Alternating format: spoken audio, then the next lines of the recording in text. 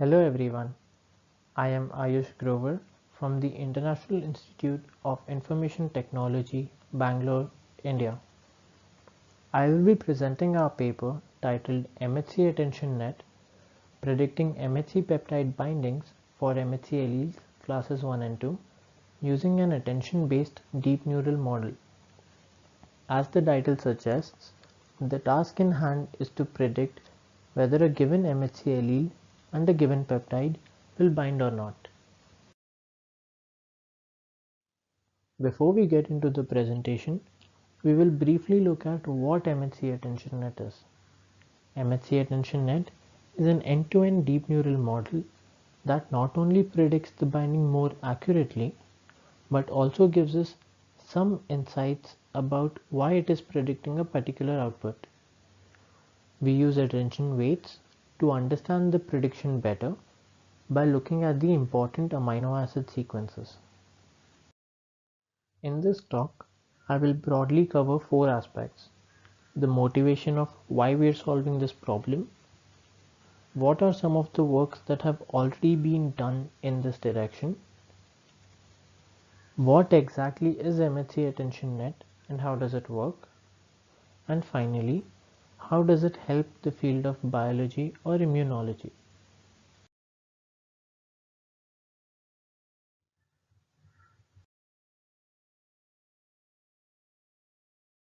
Personalized cancer vaccines have shown very promising results in the early clinical trials.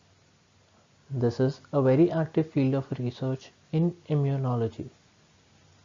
We will now look at the workflow of synthesis of a personalized cancer vaccine.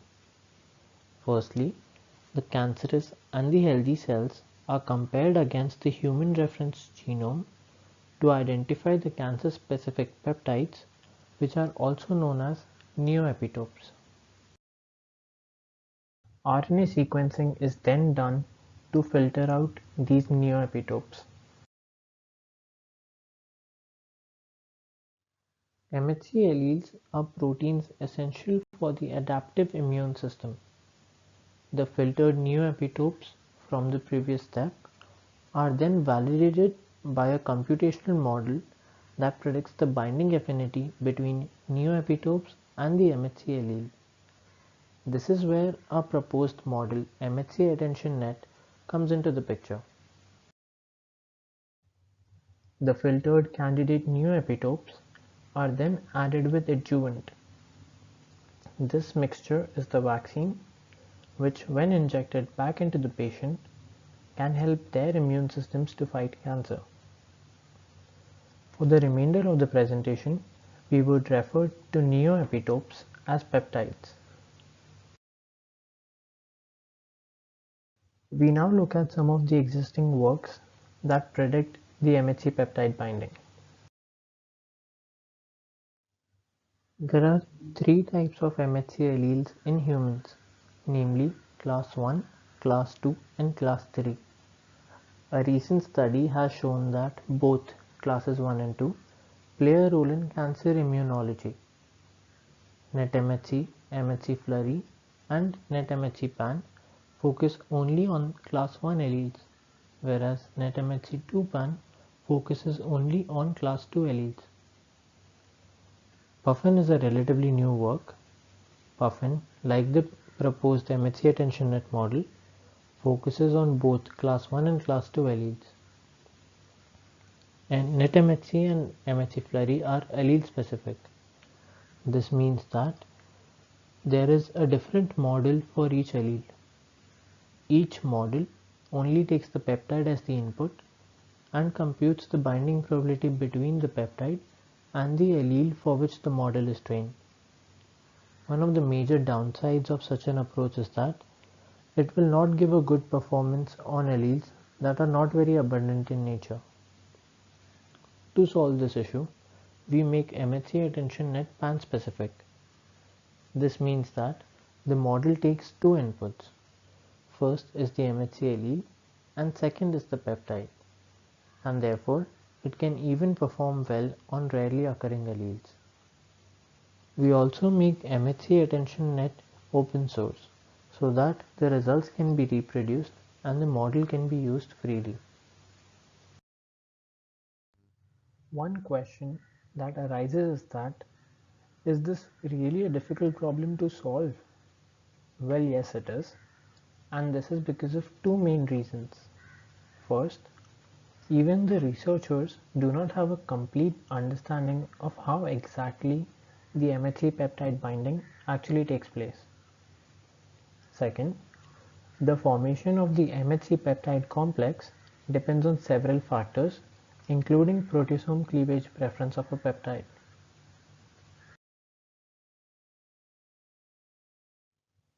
Now let's look at the MHCAttnNet model. We look at this task of binding prediction as the natural language processing task of computing sentence similarity. Each unigram of the amino acid sequence of a peptide is seen as the peptide word, whereas each non-overlapping trigram of the amino acid sequence of the allele is seen as an allele word. This is because the amino acid sequences of alleles were much longer than that of the peptides. So in this example, as we can see, a peptide sentence consists of 7 words, whereas an allele sentence consists of 5 words. Therefore, we get 2 sentences of arbitrary length, and these 2 sentences are the inputs to our model.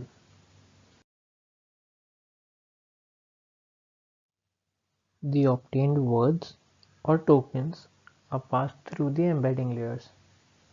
These layers convert each token into a real valued vector. We use the Protwec model to generate these embeddings.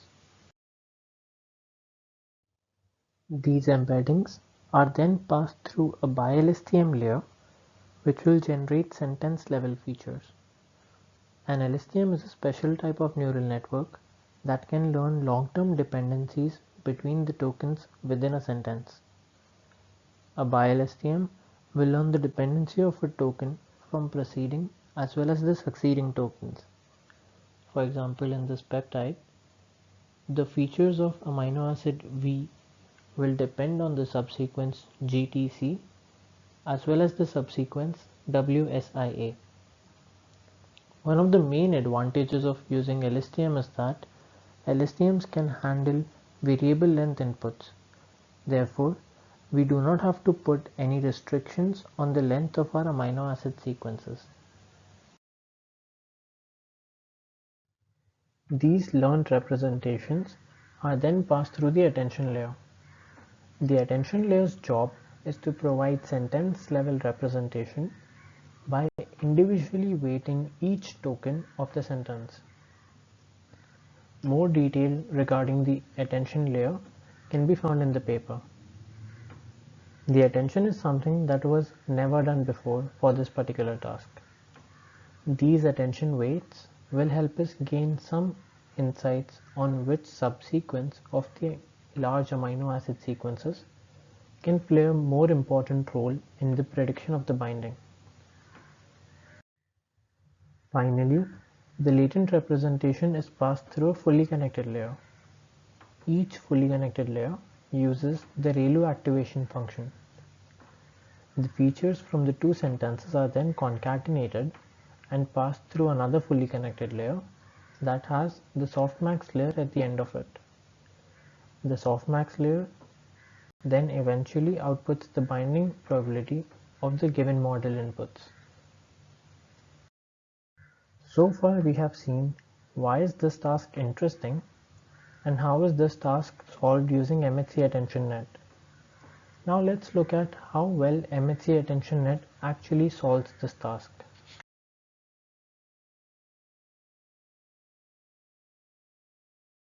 MHCAttnNet is separately trained on class 1 and class 2 MHC alleles. The data points were picked from the immune epitope database, which is also known as the IEDB. We also do 5-fold cross-validation to show the robustness of our model. The scores that are mentioned in the table are the 5-fold cross-validation scores. We will first look at the performance of MHCAttnNet on class 1 alleles. AUC-PRC is the area under the precision recall curve. PCC is Pearson correlation coefficient. PPV is nothing but precision, and sensitivity is recall. For the task of prediction on class 1 alleles, we notice that our training data has a very strong class imbalance. Nearly 75% of the data points belong to class 1, which means they are binding, and only about 25% of the data points belong to class 0, which means they are not binding. In such a scenario, AUC-PRC is known to be the most appropriate metric. As we can see in the table, MHC-AttNet outperforms all the existing methods on all but one metric, and even in this metric, our model does not fall behind by a very significant margin.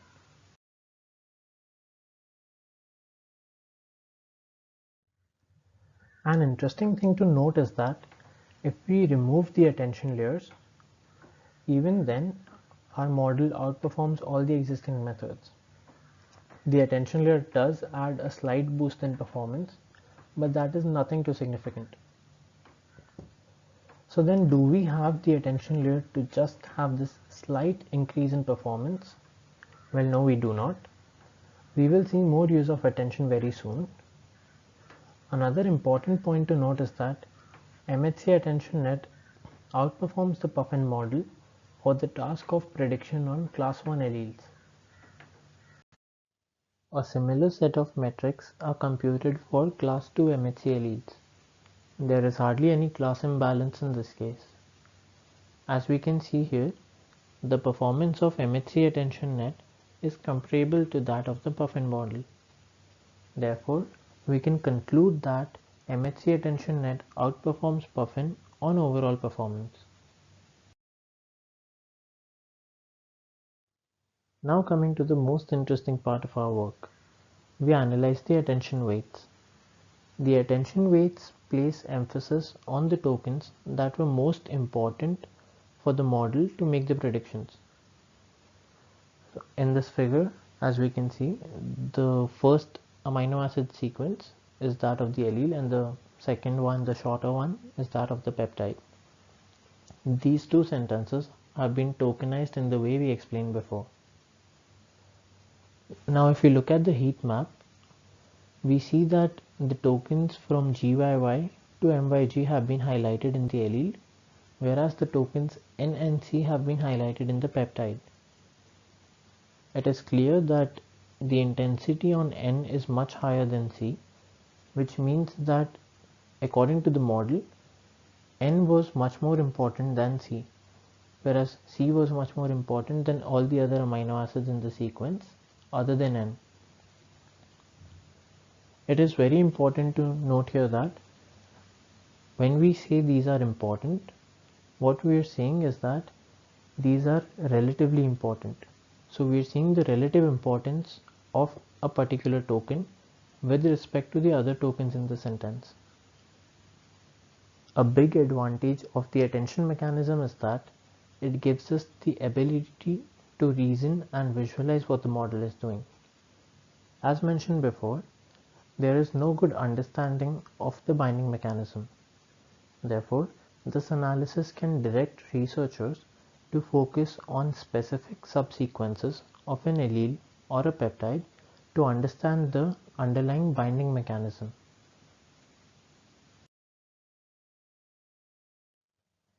To add to our previous analysis, we map all the highlighted trigrams of allele to all the highlighted unigrams of peptide. For example, all the tokens from GYY to MYG are highlighted in the allele. Therefore, each of these tokens will be mapped to each of the highlighted token of the peptide, which are N and C. This is repeated for all the data points that we have in our training data. Therefore, we get a list of trigrams of alleles corresponding to each amino acid. We then see how many times a particular trigram appeared with a particular amino acid. Therefore, we see how many times GYY was highlighted when N was highlighted in the peptide. For predicting the binding, we say that a trigram is most informative for a particular amino acid if it occurs the maximum number of times with this particular amino acid. Therefore, for example, if GYY was highlighted the maximum number of times when N was highlighted, we say that the GYY trigram is most informative for the amino acid N. We now take the cumulative sum of the information covered by the trigrams. As we can see in the plot, nearly all the information relating to a particular amino acid is covered by around 200 to 250 trigrams. Going by permutation and combination, there are about 8 to 9,000 different possible trigrams. Therefore, our analysis decreases the size of this list by approximately 97%. We call this reduction in the list of possible trigrams as sequence reduction. Pareto principle or the 80-20 rule is applicable in wide range of fields, from economics to sports. It states that about 80% of the effects come from the top 20% of the causes. We observe that the Pareto principle is indeed true for amino acid E. That is, 80% of the information relating to amino acid E is captured by the top 20% of the trigrams from the reduced list. This analysis opens the door to further research in this area. Using sequence reduction, we can narrow down the list of possible binders by a significant number, and this can help in making clinical trials faster. To summarize the presentation, we first looked at the importance of prediction of MHC peptide binding for personalized cancer vaccines. This was followed by comparing our approach with the existing approaches. We then discussed each component of the MHCAttnNet model. While comparing the performances, we saw that MHCAttnNet outperforms the existing methods on class 1 alleles while giving a comparable performance on class 2 alleles. We then concluded by talking about the attention weights and sequence reduction, which helps us understand which subsequences of the amino acid sequences play a higher role in the prediction of binding. Thank you.